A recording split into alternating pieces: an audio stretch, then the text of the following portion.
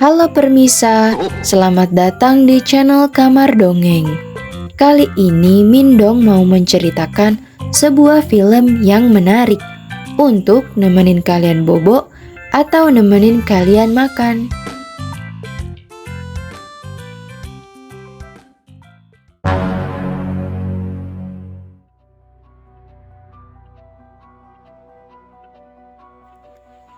Cerita dimulai dengan adegan di mana seorang pria bernama Hu dapat orderan ukiran bentuk kepala manusia. Jadi Hu ini ceritanya seorang seniman kayu. Ukiran kepala yang dibuat itu untuk ngelengkapin mayat yang gak punya kepala.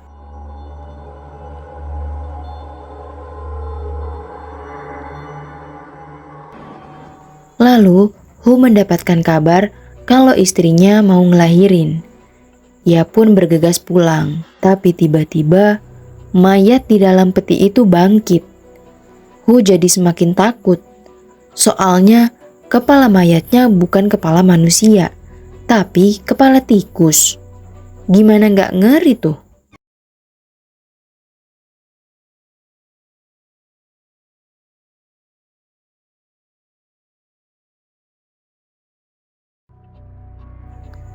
Kemudian sampailah si Hu ini di rumahnya. Dia gak nyangka kalau siluman tikus tadi ternyata bawa hoki buat dirinya.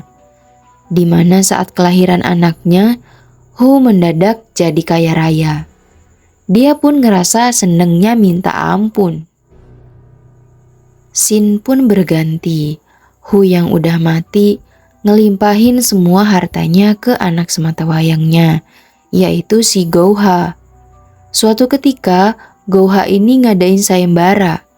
Lalu datanglah seorang cewek cantik bernama Citem. Lalu Citem ini ngasih 3 buah dadu ke Gou. Karena dadunya itu terbuat dari tulang manusia, jadi digadang-gadang kalau main judi pakai dadu itu udah pasti menang.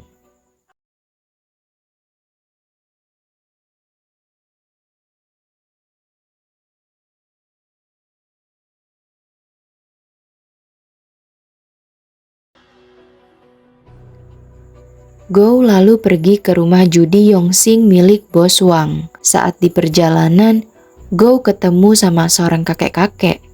Lalu kakek itu berkata, nasib anak yang suka menghamburkan uang semakin tamak dan serakah, maka akan makin menarik kejahatan.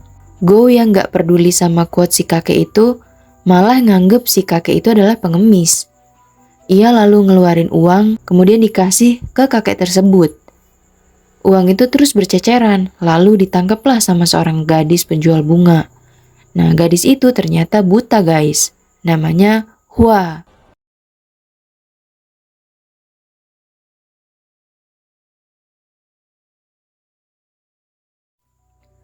Setibanya Gou di rumah judi, Wang langsung menyambutnya dan mengajaknya untuk bertaruh semua harta kekayaan yang mereka punya. Permainan pun dimulai. Ronde ke-1 dan kedua, Gou berhasil memenangkan permainan. Wang yang gak terima karena kalah telak, minta tambahan 1 ronde lagi untuk nentuin siapa pemenang dari permainan ini.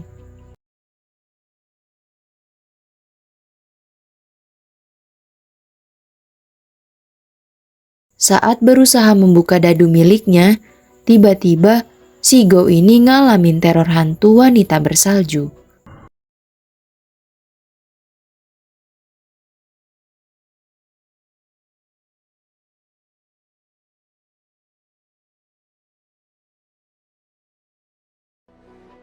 Dan sulit dipercaya, dadu milik Gou pun berubah jadi abu.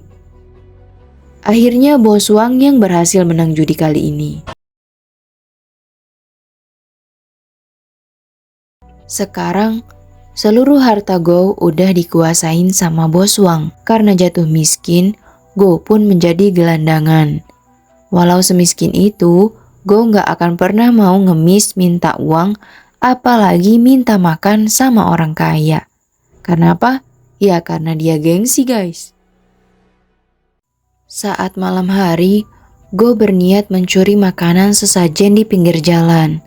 Tapi aksinya gagal karena ketahuan ibu-ibu. Lalu Go pergi dan dia terus jalan sambil nahan rasa lapar. Kemudian dia berpapasan sama si Hua.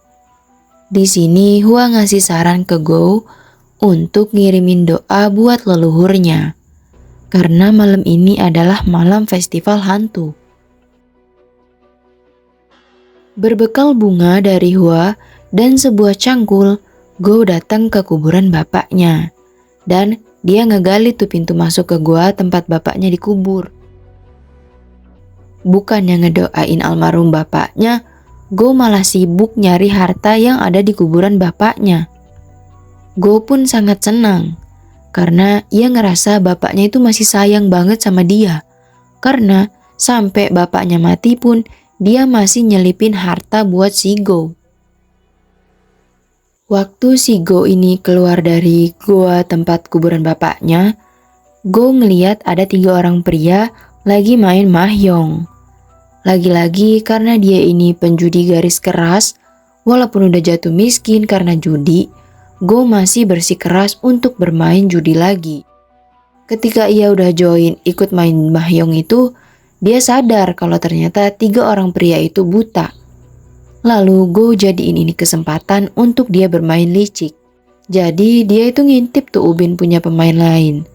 Akhirnya dia berhasil menang dari permainan dan pastinya dapat uang lagi.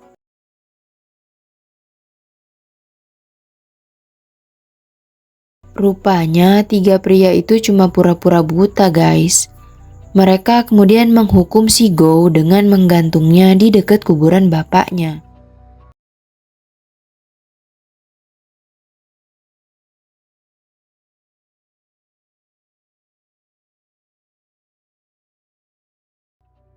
Saat si Go ini hampir mati, tiba-tiba ada seekor tikus bersyal kuning yang nyelamatin si Go. Go pun selamat dan dia nemuin surat wasiat dari bapaknya. Bergeser ke rumah paman Go. Go lalu nagih uang ke pamannya karena dalam surat wasiat bapaknya, si Go ini bakalan dapat uang warisan yang diambil ke pamannya. Nah, tapi ternyata kalau mau dapat warisan, syaratnya si Go ini harus udah menikah. Waduh, sepertinya ini syarat yang sulit ya, bukan cuma bagi Go aja.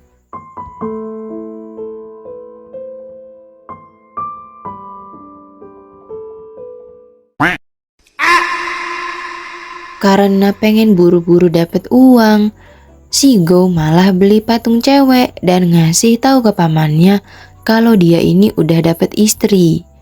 Pamannya pun gak percaya dan maksa mau lihat istrinya. Tapi Go ngelak, alasannya si istri lagi sakit parah dan kalau pamannya nemuin istrinya bisa aja ketularan penyakitnya. Pamannya makin gak percaya tuh sama omongan si Go. Waktu pamannya mau ngelihat muka istrinya Go, tiba-tiba patung itu berubah wujud jadi manusia cantik beneran. Masya Allah, cantik banget loh. Lalu si pamannya akhirnya percaya dan gak ragu untuk ngasih uang warisan itu ke istrinya Go. Nah, kita sebut saja istrinya ini hantu merah ya guys. Hantu merah lalu ngerayu Go. Sebagai seorang laki-laki yang jantan dan normal, Go pun kepancing. Dan scene 18 plus pun terjadi. Saat Go lagi asik bersyumbu, tiba-tiba hantu merah berubah jadi nenek tua dan berubah lagi jadi patung. Patung itu lalu ngasih tahu ke Go kalau ada suatu tempat yang nyimpen banyak harta karun.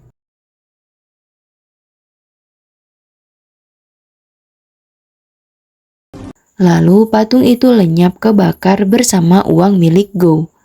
Dan Go terpaksa jadi gelandangan lagi. 3 hari udah Go lalui tanpa makan apapun. Go akhirnya nurunin gengsinya dan ikut ngantri bubur yang dikasih sama orang kaya. Meski dengan terhimpit, tersungkur, dan buburnya tabur, Go akhirnya bisa menikmati semangkok bubur. Tiba-tiba aja, Hua datang untuk ngasih bakpao kepada Go. Tapi Go menolak. Alasannya harga diri. Udah jadi gelandangan aja masih mikirin harga diri. Meskipun buta, Hua ternyata bisa ngerasain kalau Go itu masih kelaparan. Hua terus berjalan ngikutin Go untuk ngasih sebuah bakpao. Tapi seperti gak punya rasa malu, Go malah ngerampas uang milik Hua dan tetap juga itu bakpao akhirnya diambil.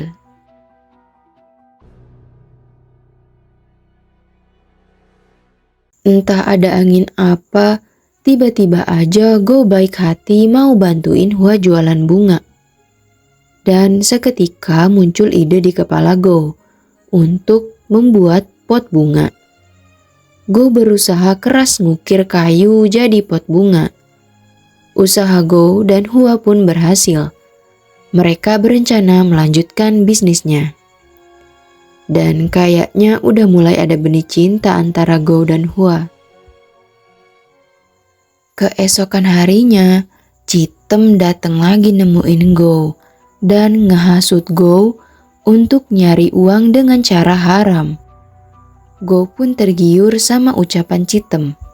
Akhirnya ia pergi ke tempat yang direkomendasikan Citem. Ternyata tempat yang diomongin si Citem ini adalah kuburan si hantu merah atau istri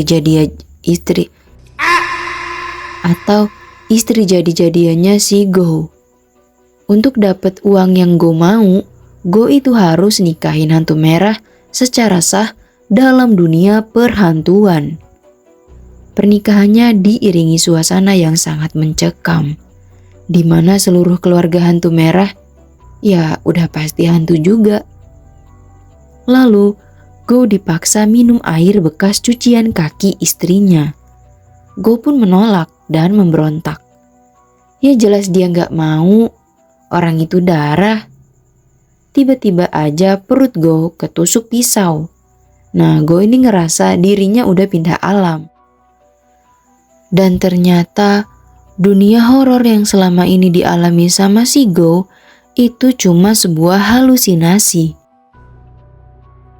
Dari dadu ajaib dan istri hantunya itu cuma ilusi permainan yang dibuat oleh mantan pelayan dan si Citem atas perintah Bos Wang. Mereka bertiga sejak awal udah bersekongkol untuk ngerebut semua harta milik Go. Go lalu membuka peti mati di sebelahnya. Rupanya mayat yang ada di dalam peti itu adalah Hua. Hua mati terbunuh sama si Wang. Kekesalan Go pun memuncak.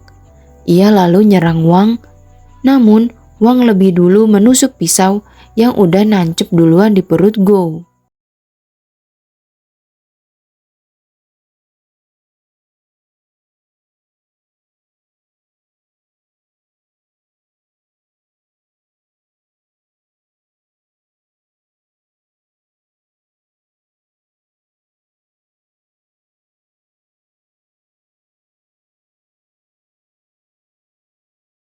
Satu tahun kemudian adalah hari anniversary rumah judi milik Wang.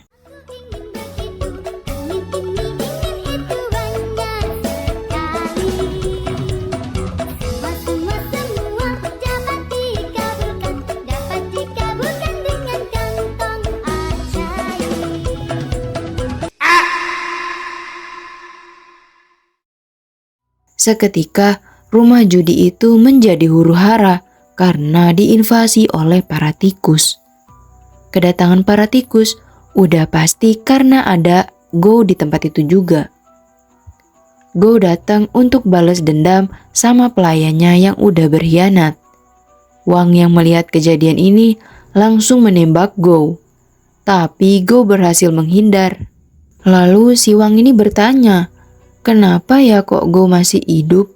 Padahal kan udah jelas dia yang nusuknya. Ternyata pada saat Go sekarat di dalam gua, si tikus bershell kuning sahabat Go itu udah mempertaruhkan nyawanya demi Go.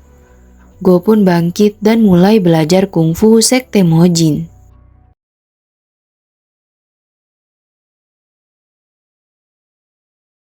Lalu Go nyuruh Wang untuk ngembaliin semua harta Go yang udah dia rampas. Tapi Wang nolak.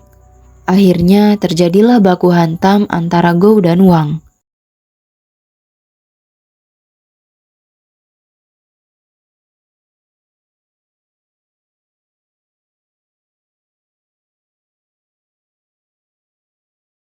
Go hampir berhasil nujah Wang. Tapi karena Wang punya ilmu yang kebal, justru Go malah yang jatuh nyungsep. At the right time, guru kungfu Go datang ngehajar si Wang. Wang pun berhasil dilumpuhkan, tapi ia mohon-mohon agar Go tidak membunuhnya dan berjanji akan balikin semua harta punya Go. Go percaya gitu aja. Lalu, Wang si pendusta ini malah nusuk dadanya Go. Guru Go sontak nendang Wang dan Wang akhirnya meninggoy karena tertancap pedang yang dipegang patung besar. Ternyata lagi, patung itu berisikan seluruh uang milik Go yang diambil sama si Wang. Go lalu ngerahin anak buahnya untuk ngebagiin semua uang itu ke seluruh warga yang ada di kota Changle. Dan pada akhirnya, Go melanjutkan hidupnya dengan menolong banyak orang. Meski takdir telah mempermainkannya dan dia kehilangan cintanya untuk selamanya, namun hingga Go melewati masa tuanya, Hua selalu datang menemui Go lewat wujud kupu-kupu. Ternyata peran tikus di film ini sangat mulia ya permisa. Beda banget sama tikus berdasi di negara kita.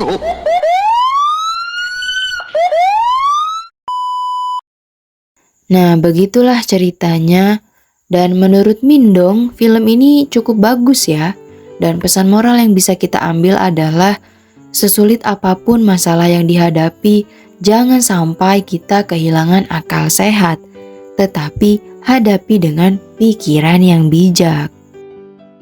Kalau menurut para dongers, film ini gimana? Kalau kalian suka, silakan like dan komen. Dan jangan lupa subscribe supaya Mindong makin semangat dongengin kalian. Sampai jumpa.